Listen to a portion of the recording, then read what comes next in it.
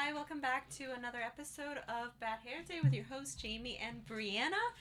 Today is a very exciting show, for no particular reason other than the fact that we haven't been here in 2 weeks.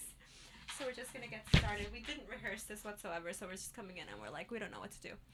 But we never know what to do, so let's be honest with ourselves about that little fact.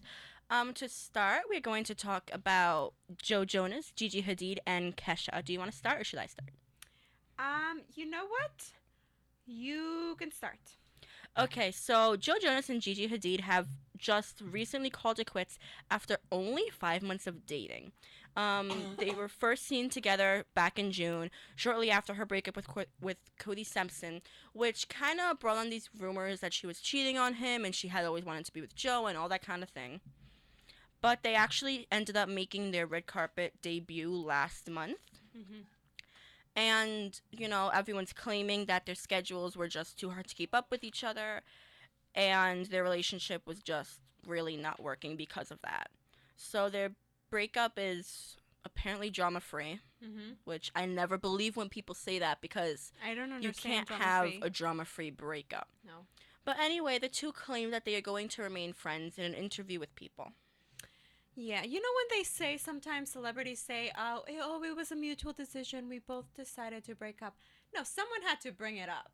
Someone had to, and then it's never mutual. I think they only say that though because kind of to save face, kind of so I break up with you, but my fans won't hate you, your fans won't hate me, kind of thing. Yeah. They're just trying to end it as nicely as possible. Yeah, because fans could get really nasty really quick. Mhm. So, anyway, we're gonna move on to Kesha. As we all know, she filed a lawsuit against Dr. Luke in 2014, for Sexual harassment charges. sexual harassment charges, and she's unable to record any new music while the lawsuit is pending. They can either wait until the legal battle is resolved or work with her current. She can either wait, or she can work with her current label. And Kesha's lawyers are asking the courts to let her record music again, or else her career is over. They wrote, Kesha now faces an abysmal decision: work with her alleged abuser, or idly and passively wait as her career TikToks away. I think it's a smart choice of words. Kesha's window of opportunity is nearly shut. That was really cute. She has not been recording, touring, or able to market merchandise for nearly a year, an eternity in the industry. If Kesha is not permitted to resume working immediately with the backing of a major record label, her window will forever close.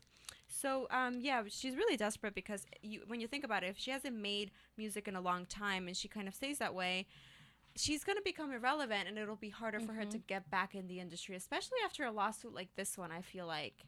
I also feel like it's kind of different because I'm not sure if you know, but something very similar like this happened with JoJo, who was very big and very popular maybe, I want to say like 10 years ago, because I feel like I was really young when she was popular.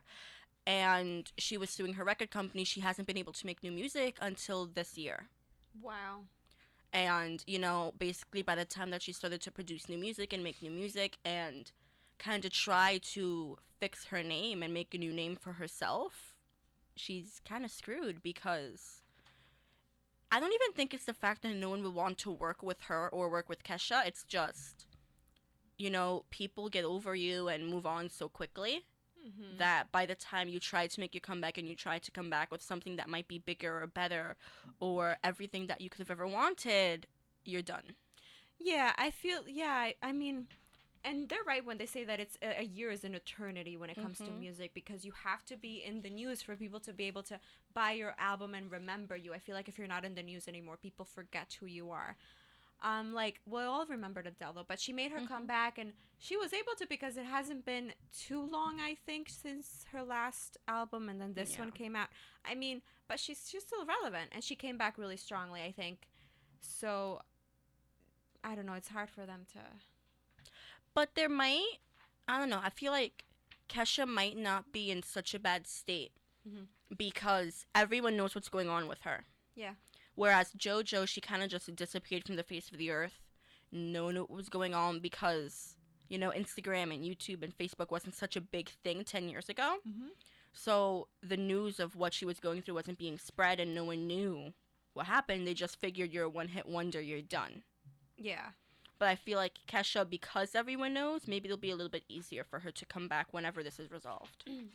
Especially because you still hear her music playing on the Exactly. radio. She's still, I mean, a lot of people still listen to her, and yeah, she's a good artist, and I she's love her. really She talented. was Yeah. in a movie recently. I think it was Gem and the Holograms. She was in I the wouldn't few know. last scenes of the movie. My brother was telling me about it. So I'm wondering if she could still do maybe acting or something like that, or like certain appearances that just don't have to do with her music. I feel that I don't know because I don't know much other details about it. I don't know if she's supposed to stay away from the public eye. I think I read something that might have suggested that she has to stay away from the public eye, but I'm not sure. But if Mm-hmm. that's the case, if she doesn't have to stay away, I feel like she can do acting, like you said, or Yeah. other stuff. I mean, it's. I think this Just might try to concern do. just music. She could just try to do something that keeps her relevant. I Yeah, guess is the nicest way to say it. yeah. I mean, it really sucks for her though because the record, like, it's hard. And like you said, I think we were talking about it one time. They said music contracts are for life. Like they Hmm. own you, and that really sucks. I can't.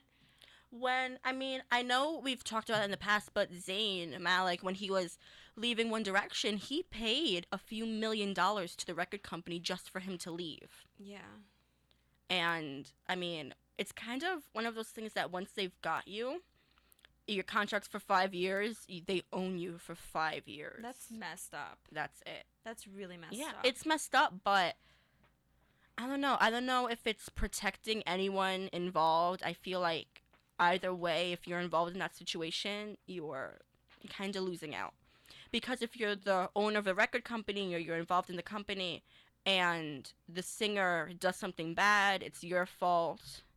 If you don't want to be with them anymore, you have to pay a couple $1 million. So, I mean, there's really no winning. I don't understand Mhm. why the contracts are so aggressively binding. Mhm. But I don't know. Yeah.